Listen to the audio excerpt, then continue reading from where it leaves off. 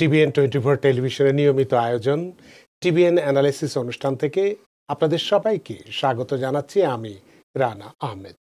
সুপ্রিয় দর্শক, আপনারা এই মুহূর্তে যারা ঘরে টেলিভিশন সেটের সামনে বসে এই অনুষ্ঠানটি দেখছেন কিংবা আরেকটু পরে টেলিভিশন সেটের সামনে বসে আপনাদের এই প্রিয় অনুষ্ঠানটি উপভোগ করবেন, কিংবা এই মুহূর্তে যারা ফেসবুক লাইভে ঢুকেছেন অথবা আরেকটু পরে ফেসবুক লাইভে ঢুকবেন, কিংবা আরও পরে সময় সুযোগ মতো যারা ইউটিউবে অনুষ্ঠানটি দেখবেন, তাদেরকেও আগাম স্বাগত জানিয়ে রাখি। সুপ্রিয় দর্শক, আজকে আমরা ইমিগ্রেশন নিয়ে কথা বলবো। ইমিগ্রেশনের একটি গুরুত্বপূর্ণ ভিসা EB-3 ভিসা।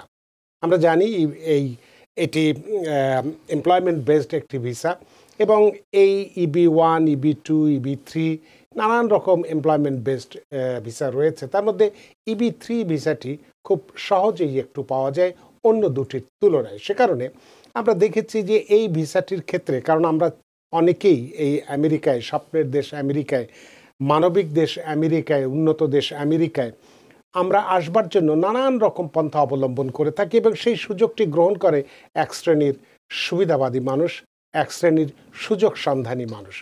আজকে সেই বিষয়টি নিয়ে আমরা কথা বলতে চাই যে EB-3 visa myth and realities, অর্থাৎ যদি আমরা একটু কঠিনভাবে বলতে চাই যে EB-3 ভিসা মিথ্যাচার এবং বাস্তবতা। এই বিষয়টি নিয়ে আজকে আমরা কথা বলবো যে কোথায়, কিভাবে, কোন পরিস্থিতিতে পড়ে মানুষ এই ধরনের মিথ্যাচারদের খপ্পরে পড়ে নিজেদের অনেক সময় জীবন বা অর্থ অনেক কিছুই নষ্ট করে ফেলে। সুতরাং এই বিষয়টি নিয়ে আজকে আমরা কথা বলবো, এবং EB-3 ভিসা আসলে কি সেটা নিয়ে তো কথা বলবোই। এটি কোন ধরনের ভিসা, EB-3 ভিসা পাওয়া কতটা কঠিন, কিংবা এই ভিসা কিভাবে গ্রিন কার্ড পাওয়া যায়, ভিসার মাধ্যমে EB-3 ভিসার যারা স্পন্সরশিপ কিভাবে পাওয়া যায়, এই সমস্ত বিষয়গুলো তো আলোচনার মধ্যে থাকবে। তবে বেশিরভাগ বিষয়টি থাকবে হচ্ছে আমরা একটু সতর্কতামূলক ব্যবস্থাটি কিভাবে নিতে পারি সেই বিষয়গুলো। সুপ্রিয় দর্শক, এর বাইরে আপনাদের তো ইমিগ্রেশন সংক্রান্ত নানান প্রশ্ন থাকবেই। সেই প্রশ্নগুলো করবার জন্য আমাদের টেলিভিশন স্ক্রিনে যে টেলিফোন নম্বরটি ভেসে উঠেছে, তারপরেও আমি বলে দিচ্ছি 6463079828 এই নম্বরে ফোন করতে পারেন, কিংবা যাদের ফোন করতে অসুবিধা হয় তারা ফেসবুকেও প্রশ্ন রাখতে পারেন। আমরা সবগুলো প্রশ্নের উত্তর দেওয়ার চেষ্টা করব, এবং ইত্যকার এই সমস্ত বিষয়ে আলোচনা করবার জন্য আমাদের টেলিভিশন স্টুডিওতে উপস্থিত হয়েছেন আমাদের সকলের প্রিয়জন, প্রিয় মানুষ, প্রিয় মুখ, প্রিয় attorney, juris, doctor attorney Mir M Mizanur Rahman. জনাব মীর এম মিজানুর রহমান, আপনাকে স্বাগত। ধন্যবাদ। জনাব মিজানুর রহমান, একটু আগে আমি বলার চেষ্টা করেছিলাম যে EB-3 ভিসা, আজকে আমরা জানি এই ভিসাটা আসলে কি, কোন ধরনের ভিসা, এগুলো নিয়ে তো আপনি কথা বলবেন, কিন্তু তার বাইরেও যে বিষয়টি আমাদেরকে আতঙ্কিত করে তোলে, কারণ অনেক মানুষই প্রতারণার আশ্রয় নিয়েছে এবং অনেক তাদের জীবনের অনেক কিছুই খুইয়ে ফেলেছেন প্রতারকদের খপ্পরে পড়ে EB-3 ভিসার মাধ্যমে। যে কারণেই আমরা বাজারে একটা কথা আছে যে মিথ এবং রিয়ালিটিস, এই বিষয়টি নিয়ে যদি আপনি মানে বিস্তারিত আলোচনা করেন, তাহলে যাতে করে যারা পড়েছে তারা নিজেরা যেমন জানতে পারবে, সচেতন হতে পারবে, তেমনি যারা অনেকেই এরকম চিন্তাভাবনা করছেন তারাও যাতে সচেতন হতে পারেন। জনাব Mizanur Rahman. Thanks for having me. আচ্ছা, আমরা যেটা সবসময় বলে আসছি এবং আমরা জানি যে এই অনুষ্ঠানটি TBN 24-এর একটা সামাজিক দায়বদ্ধতামূলক কোনো একটা অনুষ্ঠান, এবং এই আপনার যে ইন্ট্রোডাকশনটা যেটা শুনলাম সঞ্চালক মহোদয়ের কাছ থেকে, তাতে দেখা যাচ্ছে TBN 24 কর্তৃপক্ষ একটা বেশ হার্ড লাইনে যাচ্ছেন, যাতে করে কোনো রকমভাবে আমাদের যেই দর্শক আছেন, এই যে কমিউনিটির জন্য যে ওনারা সার্ভ করছেন, সেই মানুষরা যেন প্রতারিত না হয়, তারা যেন ভুল না বুঝে, তারা বিভিন্ন আইনি সহায়তা নেবে, বিভিন্নভাবে চেষ্টা করবে। হ্যাঁ, একটা চেষ্টা করলেই যে 100% শিওর এটা হবে তা না, কিন্তু এটার জন্য একটা প্লজিবিলিটি থাকে। তো সেই ব্যাপারে TBN 24 কর্তৃপক্ষের এই প্রচেষ্টাকে, এই যে তাদের যে পলিসিটা, যেভাবে যার ভিত্তিতে এই অনুষ্ঠানটা করার আমি যা দেখতে পাচ্ছি যে চেষ্টা করা হচ্ছে, সেটাকে আমি সালাম জানাই, আমি মানে শুভেচ্ছা জানাই। আচ্ছা, তো এটা যেই টার্মটা আপনি ব্যবহার করলেন EB-3, এটা এমপ্লয়মেন্ট বেসড যে বিভিন্ন ক্যাটাগরি আছে তার একটা ক্যাটাগরি, এবং সাধারণত যারা এখানে একটা বড় অংশ বাংলাদেশ থেকে তারা ওই পড়াশোনা করতে আসেন। তো পড়াশোনা করতে আসেন, এখানে ব্যাচেলার্স করলেন বা মাস্টার্স করলেন, হ্যাঁ, করে ওনারা ওই পড়াশোনাকালীনও কিছু কাজ করতে পারেন, বিভিন্ন সুযোগ সুবিধা আছে, রেস্ট্রিক্টেড, ভেরি ভেরি রেস্ট্রিক্টেড। কিন্তু তারপরে আপনার ওপিটি নামে একটা ব্যাপার আছে, অপশনাল প্র্যাকটিক্যাল ট্রেনিং। সেখানে 1 থেকে 3 বছর এই ধরনের একটা কাজের পারমিশন নিয়ে ওনারা কাজ করতে থাকেন। কিন্তু তারপরে দেখা যায় যে যদি এমপ্লয়ার স্পন্সর করেন, রাজি হন, তাহলে সেখান থেকে H1-এ যাওয়া যায়। হ্যাঁ, এবং H1-এ প্রথমে 3 বছর ম্যাক্সিমাম, তারপর আরও 3 বছর পাওয়া যায়, এভাবে করে 6 বছর কাজ করা যায়। আর আরেকটা জিনিস হচ্ছে, যদি 5 বছর শেষ হওয়ার আগে যদি কারোর জন্য কোনো এমপ্লয়ার লেবার সার্টিফিকেশন বা I-140 ইমিগ্রেন্ট পিটিশন ফাইল করেন, ওই মানে গ্রিন কার্ডের জন্য স্পন্সরশিপের যে প্রথম ধাপ, এগুলো ফাইল করেন, তাহলে প্রতি 1 বছর অন্তর অন্তর ইন্টারভেলে আপনি H1টা কন্টিনিউ করতে পারবেন until the whole process is done. তাহলে এই ব্যাপারটার দরকারটা কি? সেটা হচ্ছে এই যে শুধুমাত্র এই EB3 করে যে গ্রিন কার্ডের প্রসেসগুলো চালালেই এটা হবে না। কারণ আমি এটা বহুবার বলেছি, এইখানেই মেইন সতর্কতার যে ব্যবস্থা, যে প্রথম কথা হচ্ছে যে এটার বিভিন্ন স্তর আছে। প্রথমে লেবার ডিপার্টমেন্টে যেতে হবে, সেটা একটা কঠিন ব্যাপার। কঠিন মানে কঠিন, সোজা কথা। আচ্ছা, তো গেল। তারপরে immigrant petition for alien worker, ওই দুটা হলো। তারপরে যখন আপনি ফাইনালি I-485 অ্যাডজাস্টমেন্ট অফ স্ট্যাটাসে যাবেন এই দেশে বসে, তখন you have to show that you maintain a valid non immigrant status.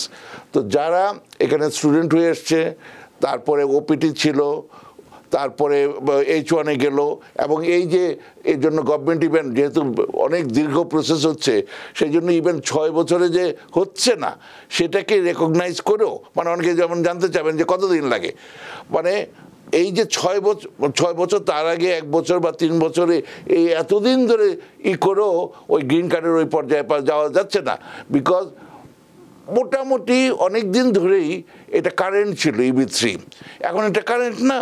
তো ফলে এই যে এই লোকগুলোকে যদি এখানে স্ট্যাটাসে রাখতে হয়, সেটার জন্য এটা অবশ্য বেশ কিছু হয়ে গেছে।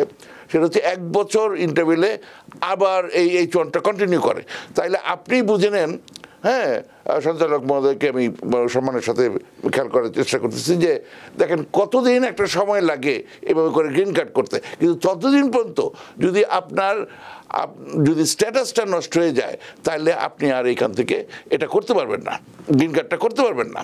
আচ্ছা, এইখানে একটু কথা আছে, এমপ্লয়মেন্ট বেসড ইমিগ্রেশনে 6 মাস পর্যন্ত যদি আপনি সামহাউ ইলিগাল হয়ে যান, তখন আপনি স্টিল আপনার একটা ওয়েভার আছে, এবং সেইখানে আপনার মনে রাখতে হবে যে এটা ওই যে স্টুডেন্ট হয়ে ওই যে বিভিন্ন জায়গায় কাজ করে, কারণ টাকা পয়সার ব্যাপার আছে, হ্যাঁ, তো এই যে কাজ করলো এইটাই তার স্ট্যাটাস নষ্ট হয়ে গেল যদি এটা ধরা যায়। এরকম হয়েছে।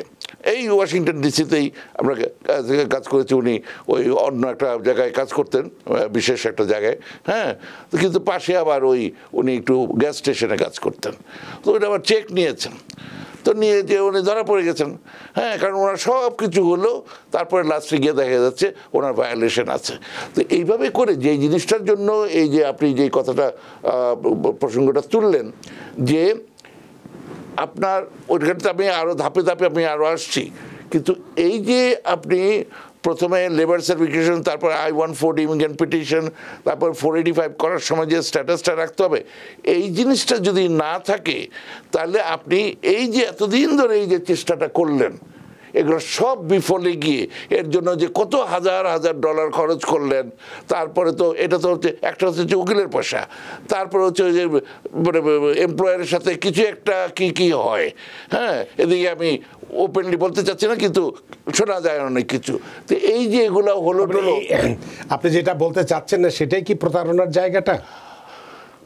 আমি ওইখানে খুব যেতে চাচ্ছি না, কিন্তু এটার একটা সম্ভাবনা ওখানে আছে, হ্যাঁ, একটা সম্ভাবনা এখানে থাকে।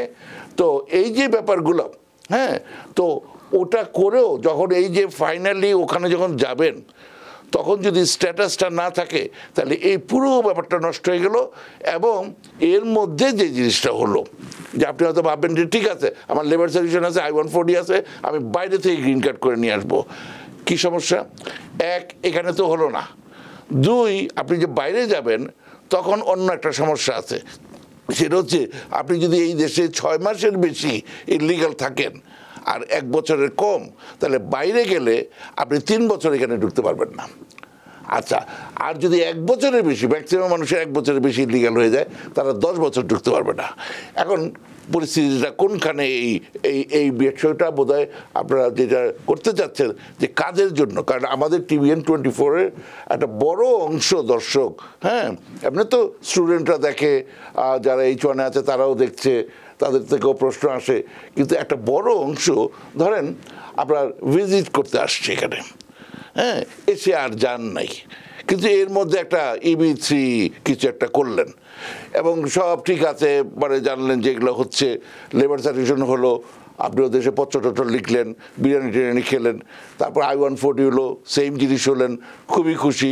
কিন্তু তারপরে এর মধ্যে ওই যে 6 মাস পরে আপনার তো স্ট্যাটাস শেষ হয়ে গেছে, আপনি যতই ওই যে EB3 লেবার সার্ভিশন করেন, I-140 করেন, ওইটা দিয়ে স্ট্যাটাস থাকে না। বা অনেকে অ্যাসাইলাম সিক করলেন, ওইটা দিয়ে স্ট্যাটাস থাকে না। হ্যাঁ, তো এই যে বিষয়গুলো আপনি যদি খেয়াল না করেন এবং দেখেন, আমি ওই যে যেটা বললাম, যার জন্য ইভেন 6 বছর H1-ও পোষাচ্ছে না, তাদেরকে আবার 1 বছর করে করে তারপরে এটা মানে ইনক্রিজ করতে হয়েছে, মানে কন্টিনিউ করতে হয়েছে H1 স্ট্যাটাসটা রাখার জন্য। তো এই যে এতদিন লাগছে, অনেকে হয়তো বলবো এই 2-3 বছরের মতো হয়ে যায়। No, it's a no. এবং এই যে পার্ম যে বিষয়টা, তারপরে যদি এটা অডিটে যায়, হ্যাঁ, অনেকে হয়তো কম সময়ের মধ্যে হয়, কিছুটা কম সময়ের মধ্যে, কিন্তু ম্যাক্সিমামই অনেক, কারণ এটাতে 3টা ধাপ। আপনার এই ধাপগুলো শুনবো, তবে একটা প্রশ্ন নিয়ে নেই।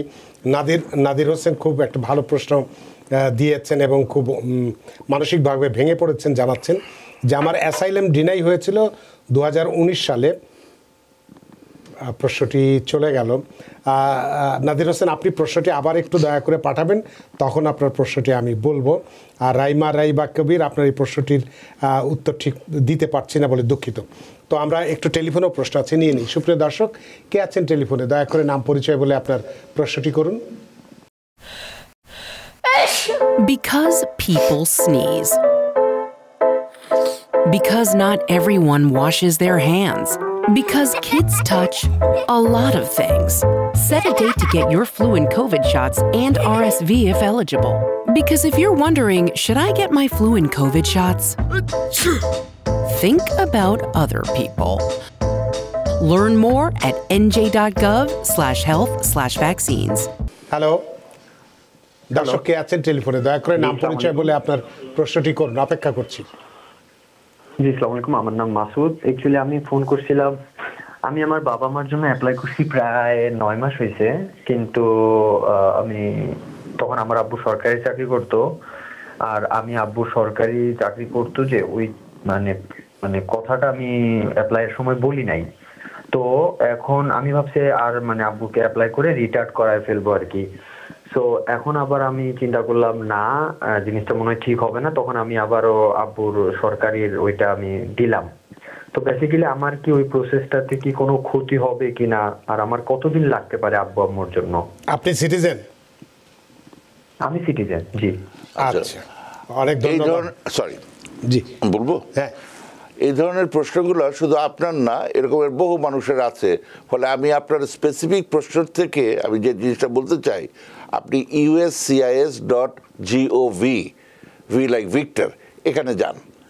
আচ্ছা, এর মধ্যে আপনি যে আপনার আমার জন্য অ্যাপ্লাই করেছেন, আচ্ছা, আজকেও একটা ঘটনা ঘটলো, সেজন্য আমি সাবধান করে দিচ্ছি। ইমিডিয়েট রিলেটিভ কেসে, ইমিডিয়েট রিলেটিভ কেস কি? বাবা মা, spouse, children under 21 and unmarried, এই যে গ্রুপটা, এদের কোনো ক্যাটাগরি নাই, তারা ইমিডিয়েট রিলেটিভ এবং তারা অলওয়েজ কারেন্ট। এই গ্রুপে কোনো ডেরিভেটিভ নাই। আপনি বাবার জন্য করবেন আর ওই একই পিটিশনে মাও আসবে, এটা হবে না। এটা যেন মনে থাকে, প্রত্যেকের জন্য আলাদা আলাদা অ্যাপ্লাই করতে হবে। হ্যাঁ, এবং এর মধ্যে ওই ডিরে বেনিফিশিয়ারি আপনার ছোট একটা ভাই আছে কি বোন আছে, ও আসবে, ওটাও হবে না, ডেঞ্জারাস, খুবই করুণ অবস্থা যে বাবা মা আসবে, ওই ছোটো ভাইটা কই থাকবে, কিন্তু না, দিস ইজ দ্য আনসার। আচ্ছা, তারপরে আপনি অ্যাপ্লাই করলেন, ওই যে রিসিট নোটিশটা, ওইটার মধ্যে একটা রিসিট নাম্বার আছে, ওইটা দিয়ে আপনার স্ট্যাটাসটা ইন জেনারেল জানলেন। আচ্ছা, তারপরে আরেকটা সুবিধা করেছে, ওখানে 3টা ঘর আছে, একটু স্ক্রল করে নিচে নামলে প্রসেসিং টাইমটা, যেটা আমাদের সবার জন্য দরকার লাগবে, সেটা কি, পিটিশনটার নাম হচ্ছে I-130, ওইটা প্রথমে দিলেন। তারপরে দিলেন কি ধরনের I-130, সিটিজেনের spouse or parents or children, ওই নেক্সট ক্যাটাগরিতে স্ক্রল করে ওখানে আপনি ক্লিক করেন, এই দুইটা গেল। তারপরে ওই রিসিট নোটিশের সবচেয়ে নিচে বাম দিকে একটা অ্যাড্রেস আছে যে কোথায় এটা পেন্ডিং আছে, যেমন ভার্মন্ট সার্ভিস সেন্টারে কি টেক্সাস সার্ভিস সেন্টারে, ওই রকমভাবে কি পটোম্যাক সেন্টারে, এইভাবে করে ওইটা ওই আরেকটা ঘর আছে ওইখানে ক্লিক করেন, করলে এই মুহূর্তে কতদিন লাগতেছে সেটা জানা যাবে। হ্যাঁ, এই মুহূর্তে কি আমার সামনে এটা আছে, এটা কতদিন লাগবে এটা আপনার পক্ষে বলা সম্ভব না। এটা আমি কেন বলতেছি, 11 মাস ছিল, 14 হইলো, আজকে তো শুনি বোধ 21, তো এগুলার এই যে এইভাবে যদি আমি একটার পর একটা বলতে থাকি, আপনি কি বলবেন যে কিছুই জানে না, আজকে এটা বলে কালকে এটা বলে, কোনো ওনার প্রশ্ন ছিল যে ওনার বাবা সরকারি কর্মকর্তা ছিলেন, ওইটাও আসতেছে, কিন্তু প্রথমে তাড়াতাড়ি বলতে হবে। আচ্ছা, প্রথম কথা হচ্ছে যে ওইভাবে করে আপনারা বাকি যে এই ধরনের প্রশ্নটা, এই ধরনের যারা প্রশ্ন আছে ওখান থেকে আপনারা আপনাদের সিচুয়েশনটা জেনে যাবেন যে কতদিন লাগবে। Second, no, at the end of the day আপনি যা করেছেন, যে এখন আপনি কারেক্ট করছেন, do it and you will be fine. অনেক ধন্যবাদ জনাব মাসুদ আপনার প্রশ্নের জন্য, আশা করি প্রশ্ন উত্তর পেয়েছেন।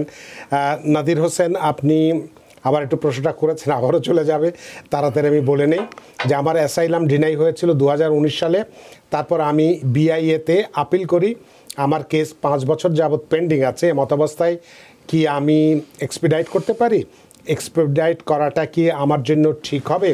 আমি 9 বছর থেকে মানসিকভাবে ভেঙে পড়েছি, দয়া করে জানাবেন একটু, এ কারণেই আমি এই প্রশ্নটি পড়লাম। আচ্ছা, আপনি যদি ইমিগ্রেশন কোর্টে আপনার কেসটা থাকাকালীন যদি আপনি ওয়ার্ক পারমিট পেয়ে থাকেন আন্ডার C8 ক্যাটাগরি, একটা সুবিধা হচ্ছে এই যে 5 বছর ধরে BIA-তে এটা পেন্ডিং, যদি আপনি হেরে গেছেন আপনার ওয়ার্ক পারমিট কন্টিনিউ করবে।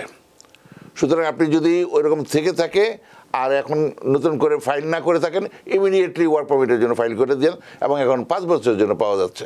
সুতরাং অন্তত এইখানে আপনি একটা ওয়ার্ক পারমিট নিয়ে, social security number, driving licence, state ID, এগুলো নিয়ে ব্যাঙ্ক অ্যাকাউন্ট খুলে তাড়াতাড়ি সেটেল হয়ে যান, মানে একটা মোটামুটি গেল।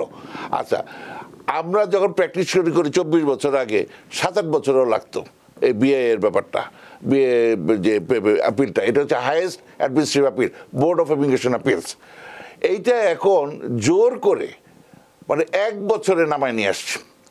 হ্যাঁ, 1 বছরে নামায় নিয়ে আসছে, এবং কোনো রকমে ইভেন এটা নিয়ে লসুটও হয়েছে, কাজ হয় নাই, 2 লাইনে শেষ করে দেয় যে আমরা ওই জাজের ওইটা অ্যাফার্ম করে দিলাম। তো এখন ওনার ব্যাপারে আপনার পরামর্শটা হচ্ছে, যদি আপনার এইভাবে থাকে, সময় নিচ্ছে, ওয়েল অ্যান্ড গুড, কিন্তু যদি আপনি এক্সপায়ার করতে চান, ওই যে কি বলবো, আমার সেই একই কথা, ওই পত্র লিখে কোনো কাজ হবে না, সোজা কথা। হ্যাঁ, আমি যেমন কোর্টকে সু করি, আমি BIA-কেও সু করি। হ্যাঁ, ফেডারেল কোর্টে আপনি সু করতে পারেন, করে তাদেরকে এক্সপায়ার করতে পারেন। অনেক ধন্যবাদ নাদির হোসেন, আশা করি আপনার প্রশ্ন উত্তর পেয়েছেন। আরেকটি প্রশ্ন নিব ফেসবুক থেকে, শাকিল হোসেন টুটুল, তিনি বলছেন ট্রাভেল ডকুমেন্ট পাওয়ার জন্য কোথায় আবেদন করতে হবে, কতদিনে পাওয়া যায়, কত টাকা খরচ হতে পারে, একটু যদি বলেন। আচ্ছা, I-131 মানে USCIS.gov, ওখানে গেলেন, গিয়ে ফর্মসে গেলেন, অল ফর্মস, গিয়ে I-131, ওই ফর্মটা মাল্টিপারপাসে। তো ওনার মনে হচ্ছে যে এই শব্দটা ব্যবহার করলেন, ট্রাভেল ডকুমেন্ট, ওনার অ্যাসাইলাম হয়েছে, উনি এখনো গ্রিন কার্ড হয় নাই ওনার, এবং উনি যেই দেশে অত্যাচারিত হয়েছেন ওই দেশ ছাড়া অন্য সব জায়গায় যেতে পারবেন। আমেরিকান পাসপোর্ট লুকিং একটা পাসপোর্ট বইয়ের মতো দেওয়া হবে অ্যাপ্রুভ হলে, ওটা দিয়ে আপনি অন্যান্য জায়গায় যেতে পারবেন। তো ওইটার মধ্যে গেলেই যেমন এই 1 তারিখ থেকে নতুন ফি শুরু হয়েছে, হ্যাঁ, এপ্রিলের 1 তারিখ আপনি জাস্ট ওইখানে যখন ক্লিক করবেন ওখানেই সব বলে দিবে যে ওটার ফি কত, ফর্মটা কি, আবার বলছে I-131, ওটাতে গেলেই আপনি ওই উত্তরটা পেয়ে যাবেন। কারণ এটা শুধুমাত্র একজনের প্রশ্ন, এরকম অনেকেরই প্রশ্ন আছে। অনেক ধন্যবাদ জনাব শাকিল হোসেন, আশা করি আপনার উত্তর পেয়েছেন। আমরা একটু টেলিফোনে যেতে চাই। সুপ্রিয় দর্শক, কে আছেন টেলিফোনে? দয়া করে নাম পরিচয় বলে আপনার প্রশ্নটি করুন। ওয়ালাইকুম আসসালাম। জি, আমার নাম রেজা বলছি। আমার একটা মিজান ভাই, আসসালামু আলাইকুম, ভালো আছেন না? ওয়ালাইকুম আসসালাম। জি, আমার একটা কোশ্চেন হলো যে আমার ভাইয়ের জন্য 2011 সালে F4 ক্যাটাগরিতে অ্যাপ্লাই করেছি। তো উনি 2-1 এসে ভিজিট ভিসা ঘুরে গেছে। এখন উনি সিদ্ধান্ত নিতে চাচ্ছে এখানে এসে EB3-তে অ্যাপ্লাই করার জন্য। এটা কি ভালো হবে? যদি EB3-তে অ্যাপ্লাই করে তাহলে F4টা কি বাতিল হয়ে যাবে, না ওইটাও কন্টিনিউ করা যাবে? একটু জানাবেন। অনেক ধন্যবাদ জনাব রেজা আপনার টেলিফোনের জন্য। জনাব মিজানুর রহমান। Thank you. আচ্ছা, আপনি ওই আজকের টপিকের সাথে রিলেভেন্ট একটা প্রশ্ন করেছেন, ধন্যবাদ। আচ্ছা, প্রথম কথা হচ্ছে যে ওনার জন্য যা পেন্ডিং আছে, যে ধরনের পিটিশনটা যে আপনি করেছেন, সেটা যেন ভিসা অ্যাপ্লিকেশনে উল্লেখ থাকে যে ওনার জন্য আপনার জন্য এই ধরনের, আপনার ওনার কোন কোন আত্মীয় এখানে আছেন, ওনার আপনার জন্য কী ধরনের অ্যাপ্লিকেশন করা আছে, এগুলো সব যেন জানা থাকে, আপনার যেন প্রমাণ থাকে যে আপনি জানিয়েছেন। নাহলে ভবিষ্যতে আপনার যখন গ্রিন কার্ডের প্রশ্ন উঠবে তখন একটা ফ্রড চার্জের একটা ব্যাপার মানে থাকবে ফর শিওর। ওটা তারা ধরবে কি না সেটা তাদের ব্যাপার, এগুলো একটা কথা। কারণ আপনি এখানে হচ্ছে নন ইমিগ্রেন্ট বলতেছে, আপনি তাজমহল দেখে চলে যাবেন, আবার ওদিকে আপনি যেই পিটিশনের বেনিফিশিয়ারি আপনার এখানে ইমিগ্রেন্ট ইন্টেন্টটা আছে, এটা আপনিও আশা করি বুঝতে পারবেন। গেল একটা সাইড। আচ্ছা, তারপরে কি বললো? আচ্ছা, উনি এসে থেকে যাবেন। আর প্রথম কথা হচ্ছে ওনার F4 ক্যাটাগরি একসময় এটা কারেন্ট হবে। এই মুহূর্তে যারা 2008 সালের কোনো এক সময় ফাইল করেছিলেন, ওনাদেরটা ওই যে নেক্সট লেভেলে যাওয়ার জন্য NVC, ন্যাশনাল ভিসা সেন্টারে গিয়ে যে টাকা পয়সা দিয়ে DS 260 এগুলো করার জন্য ওই 2008-এ যারা করেছে, আপনার সাধারণভাবে আরও অন্তত 3 বছর অন্তত অপেক্ষা করতে হবে। এই হচ্ছে আপনার সিচুয়েশনটা। কিন্তু এইখানে কথাটা হচ্ছে, এইখানে যদি উনি এখানে একবার আসেন, আমি এটা বললামই একবার, এবং উনি যদি ইলিগাল হয়ে যান, আউট অফ স্ট্যাটাস হয়ে যান ফর মোর দেন 6 মান্থস কিন্তু লেস দেন 1 ইয়ার, তাহলে উনি একবার বাইরে গেলে উনি করতে পারবেন না, কি জানি বলে, উনি এখানে ভিতরে আর ঢুকতে পারবেন না। আচ্ছা, আর যদি 1 বছরের বেশি, যেটা এখানে ইস্যুটা, উনি আসলেন থেকে গেলেন, যখন ওই F4 ক্যাটাগরি কারেন্ট হবে তখন উনি এখান থেকে অ্যাডজাস্টমেন্ট স্ট্যাটাস করবেন, ততদিনে উনি 1 বছরের বেশি ইলিগাল হয়ে যাবেন, তখন উনি বাইরে গেলে 10 বছর ঢুকতে পারবেন না। এগুলো কিন্তু কল্পনা না। সেক্ষেত্রে উনি যেটা পরামর্শ, আচ্ছা, এখন রাইট বলতেছি, মানে এখন ধরেন উনি চিন্তা করলে উনি থেকে যাবেন, F4 কারেন্ট হলো, উনি এখানে অ্যাডজাস্টমেন্ট অফ স্ট্যাটাস করতে পারবেন? The answer is no, because ততদিনে ওনার স্ট্যাটাসটা চলে গেছে। হ্যাঁ, উনি যদি এখানে এসে স্টুডেন্ট ভিসায় বা অন্য কোনো নন ইমিগ্রেন্ট ভিসায় কন্টিনিউ করতে পারেন, ভ্যালিড নন ইমিগ্রেন্ট স্ট্যাটাস রাখতে পারেন, remember asylum is not one of them. হ্যাঁ, যদি এরকম রাখতে পারেন, বা যেমন ধরেন E2 visa, I could go on and on, এরকমের কিছু একটা আছে। আপনি যদি সামহাউ নন ইমিগ্রেন্ট কোনো একটা ভিসা কন্টিনিউ করে যখন ওই জিনিসটা কারেন্ট হবে, F4 ক্যাটাগরিটা কারেন্ট হবে, সেই পর্যন্ত ওয়েট করতে, মানে স্ট্যাটাসটা রাখতে পারেন, তাইলে উনি এখানে বসে I-485 অ্যাডজাস্টমেন্ট স্ট্যাটাস করতে পারবেন, যদি ওইটা ওই কারেন্ট হয়। এটা একটু মনে রাখতে হবে। কিন্তু যদি না হয় তাহলে এখানেও করতে পারবে না। আবার মনে করেন তাহলে আমি দেশে চলে যাই, দেশ থেকে করে নিয়ে আসি, দ্য আনসার ইজ তখন আবার আপনি 10 বছরের জন্য ঢুকতে পারবেন না। ফলে উনি যে এখন এখানে আসবেন, ওনাকে অনেক কিছু চিন্তা করে আসতে হবে। এইটুকুই আমি বলার আছে। অনেক ধন্যবাদ জনাব রেজা আপনার টেলিফোনের জন্য। আশা করি আপনার প্রশ্ন উত্তর পেয়েছেন। সুপ্রিয় দর্শক, কে আছেন টেলিফোনে? দয়া করে নাম পরিচয় বলে আপনার প্রশ্নটি করুন। হ্যালো। হ্যালো। জি জি, প্রশ্ন করুন। আমার প্রশ্নটা হচ্ছে যে আমার মার জন্য আমি অ্যাপ্লাই করছি 19 সালে। জি। 19 সালে অ্যাপ্লাই করার পরে কোভিডের কারণে দেরি হয়েছে, পরবর্তীতে ওরা কিছু কাগজপত্র চাইছে, সেটাও সরবরাহ করছি। আপনি কি সিটিজেন? আপনি সিটিজেন? হ্যাঁ, আপনি সিটিজেন হিসেবে আপনার মায়ের আবেদন করেছিলেন? হ্যাঁ হ্যাঁ, আমি সিটিজেন হিসেবে করছি। জি। তো এরপরে ওরা ডিএনএ চাইছে, ডিএনএ পাঠাইছি স্যাম্পল এইখান থেকে বাংলাদেশে রিসিভ করতে যাইয়ে আমার মায়ের আইডিটা নতুন আইডি দেখে ওরা ডিএনএটা নেয় নাই। আচ্ছা। না নেওয়ার কারণে এখন আমি অপেক্ষা করতেছি আজকে 5 মাস। এখন কি করে আমার ডিএনএটা আমি ওখানে দিতে পারি, এই জন্য আমার একটা পরামর্শ দরকার। অনেক ধন্যবাদ আপনাকে এইটা বিনীতভাবে বলার জন্য। আপনার অনেক ধন্যবাদ। আপনি আমার সালাম দেন, আপনার মার জন্য সালাম রইল।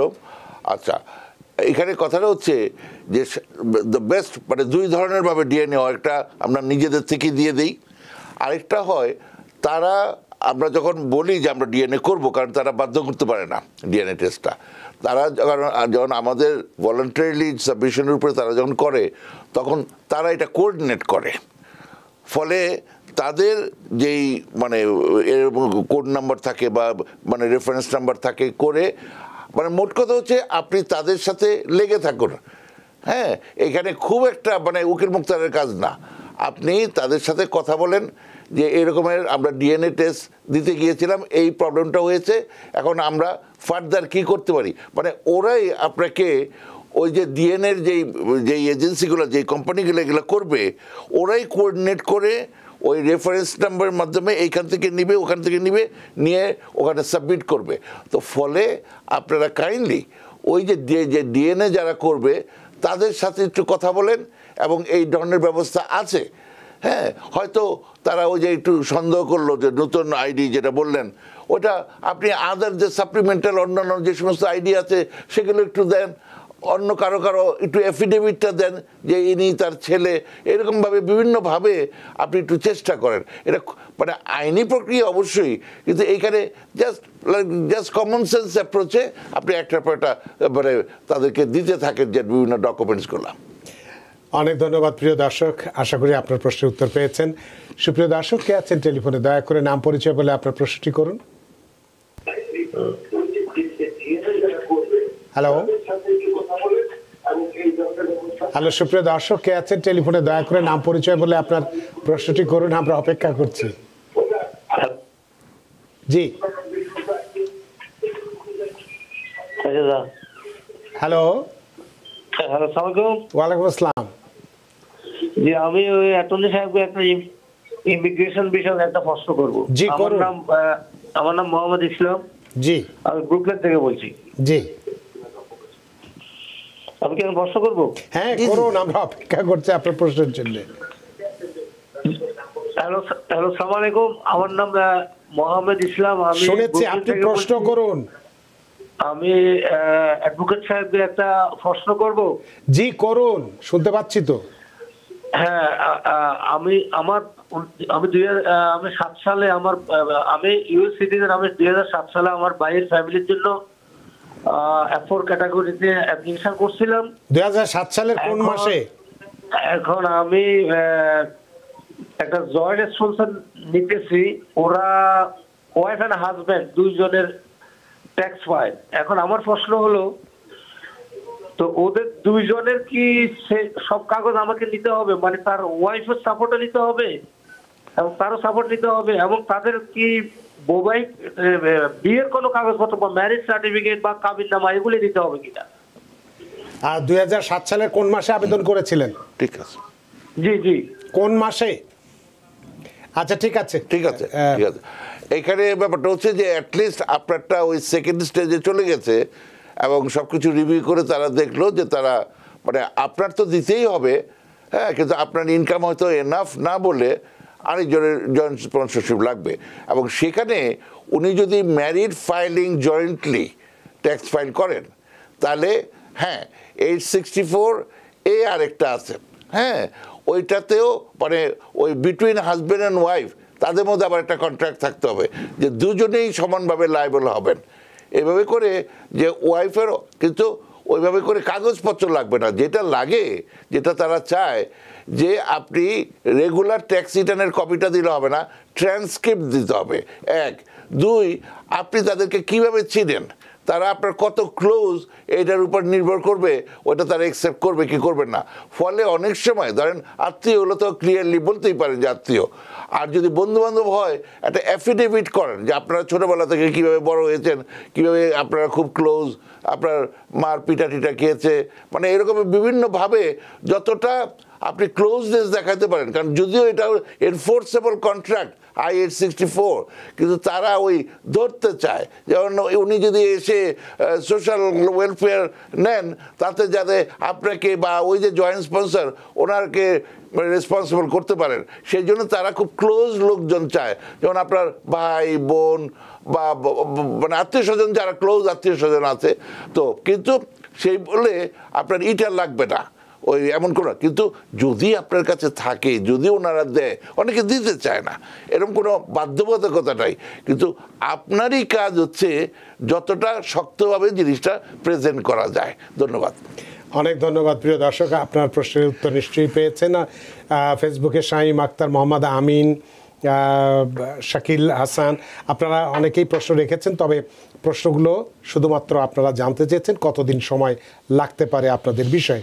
আসলে আপনাদেরকে বারবার বিনয়ের সঙ্গেই আমরা বলি, কতদিন একটি বিষয়ের প্রশ্ন যেটা যারা করেন আসলে কতদিন লাগতে পারে সেটা আমি তো নই, আজকের অতিথিও নয়, এমনকি যারা ইমিগ্রেশন অফিসে কাজ করেন তারাও বলতে পারে না। এটা সম্পূর্ণ নির্ভর করে তাদের কাজের গতির উপর, ঢাকা অফিসের স্লটের উপর।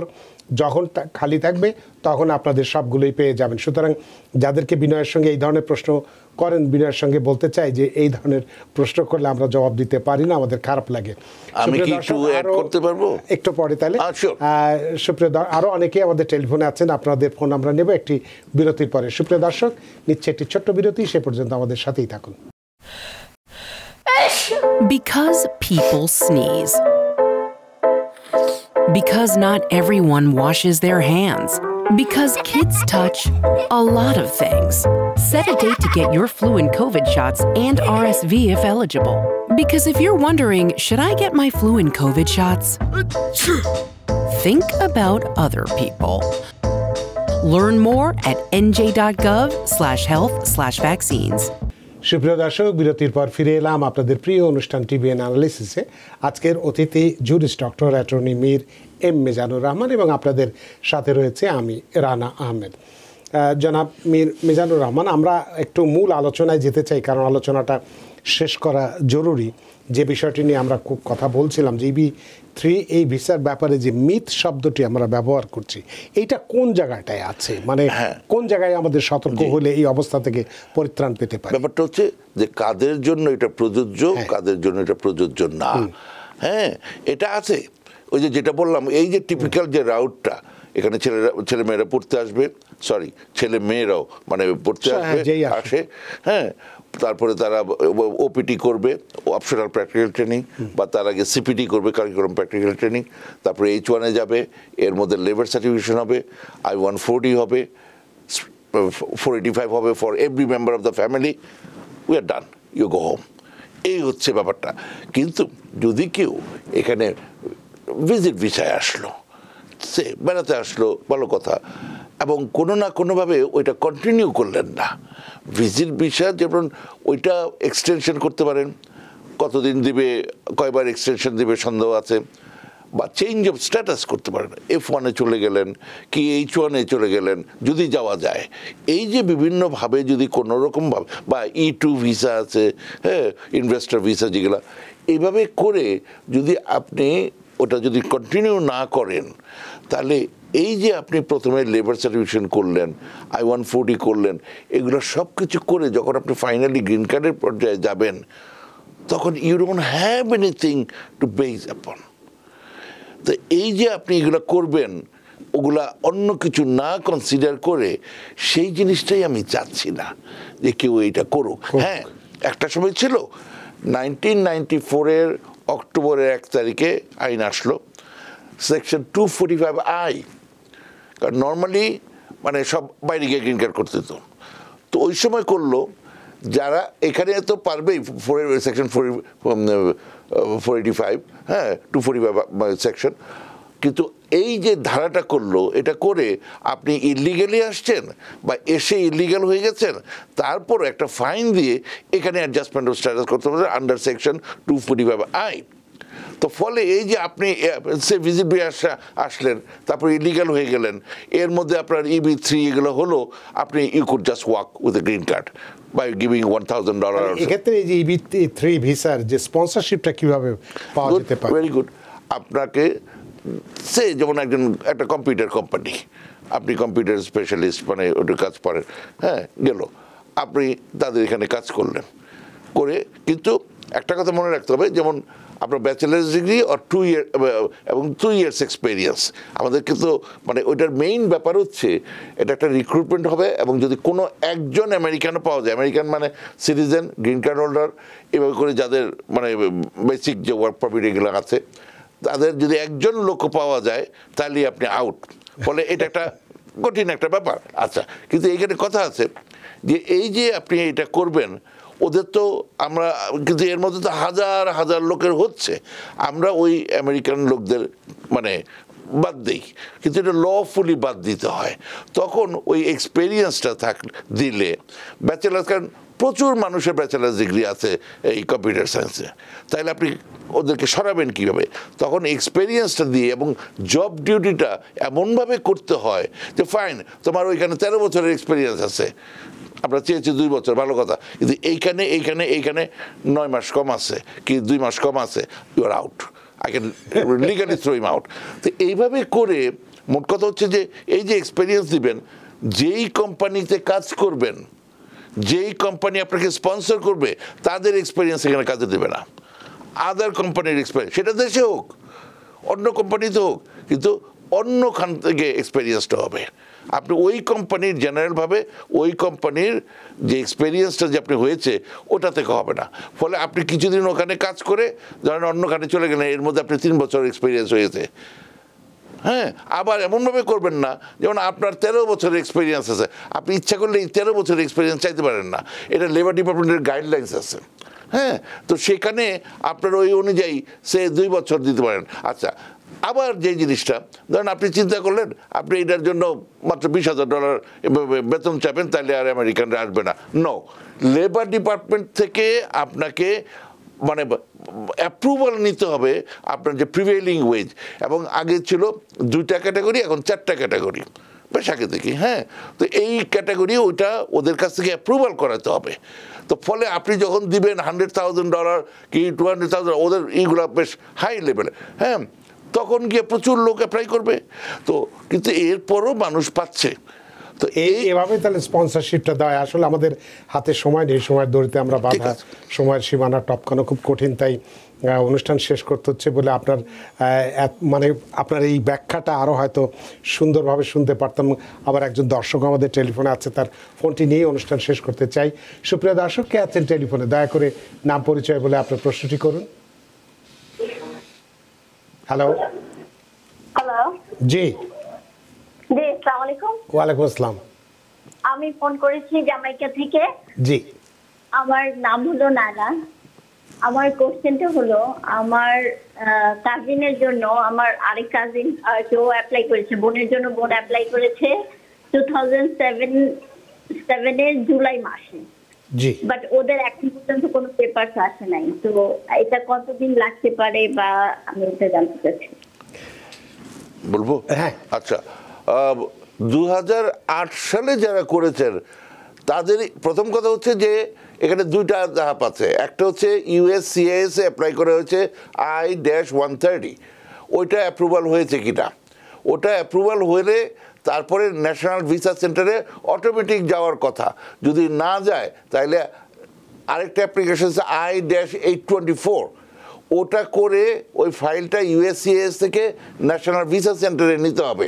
নেওয়ার পরে 325 টাকা আর 120 টাকা এগুলো ফি দিতে হবে। দেওয়ার পরে DS 261 দিতে বোধ হয়, হ্যাঁ, ওইটা একটা করতে হবে, প্লাস অনেক ডকুমেন্টস দিতে হবে। দেওয়ার পরে DQ একটা শব্দ, হ্যাঁ, ডকুমেন্টারি কোয়ালিফাইড হয়ে তারপরে এটা যাবে ইন্টারভিউর জন্য। আমি জানি না যে এটা কোন পর্যায়ে আছে। আপনারা কি ন্যাশনাল ভিসা সেন্টার অলরেডি কোনো কাগজপত্রই পাইনি? আবেদনের পরে কোনো কাগজপত্র? এটা একটু- ভদ্রমহিলা মনে হচ্ছে খুব ইয়াং, মানে উনি হয়তো সব জানে না। যাই হোক, হ্যাঁ, মানে বা হয়তো ইয়াং না, মানে আমি জাস্ট বলতে চাচ্ছি যে 2007 হলে অস্বাভাবিক মনে হচ্ছে। ইজ ওয়ারিসাম, বিকজ তাদের এখন ইন্টারভিউর জন্য একদম রেডি হয়ে যাওয়ার কথা। হ্যাঁ, সেটাই আপনারা বলছিলাম। কাইন্ডলি একটু খোঁজ খবর করেন, এটা দেখবেন হচ্ছে visabulletin.gov, এখানে গিয়ে ক্লিক করে ওখানে একে তো হচ্ছে আপনি চার্ট দেখতে পারবেন, তারপরে ইমেল অ্যাড্রেস আছে, ফোন নাম্বার আছে, ওরা ফোন ধরবে, আপনারা ফোন করে কথা বলেন। অনেক ধন্যবাদ প্রিয় দর্শক, আশা করি আপনার প্রশ্নের উত্তর পেয়েছেন এবং খুশি হয়েছেন। জনাব মিজানুর রহমান, আপনি ব্যস্ত মানুষ, ব্যস্ততা সত্ত্বেও এই আজকে বেশ গরম ছিল, সেই গরম উপেক্ষা করে আমাদের স্টুডিওতে উপস্থিত হয়েছেন, বেশ গুরুত্বপূর্ণ বিষয়গুলো আলোচনা করেছে এবং অনেক দর্শকের প্রশ্নের উত্তর দিয়েছেন এবং বেশ খুব খোলাখুলিভাবে বড় করে উত্তর দিয়েছেন। সত্যি আমরা ঋদ্ধ, আমরা প্রাণিত। ধন্যবাদ। সুপ্রিয় দর্শক, আজকে আমরা EB3 নিয়ে কিছু কথা বলেছি, এটা মিথ নিয়ে কথা বলেছি, কিছুটা আমরা মিথ্যাচার নিয়ে কথা বলেছি, বিভ্রান্তি নিয়ে কথা বলেছি এবং আপনাদের অনেকগুলো প্রশ্নের উত্তর দিয়েছে। আশা করি আজকের অনুষ্ঠান আপনাদের যথেষ্ট ভালো লেগেছে। সুপ্রিয় দর্শক, যে যেখানেই থাকুন, ভালো থাকুন, সুস্থ থাকুন, নিরাপদে থাকুন, থাকুন TBN 24 টেলিভিশনের সাথেই। শুভরাত্রি। TBN 24 টেলিভিশন দেখতে আজই কল করুন 7187776556। লগ ইন করুন www.totalcablebd.com। নিউ ইয়র্ক থেকে সম্প্রচারিত TBN 24 টেলিভিশন বিশ্বজুড়ে বাঙালির কণ্ঠস্বর।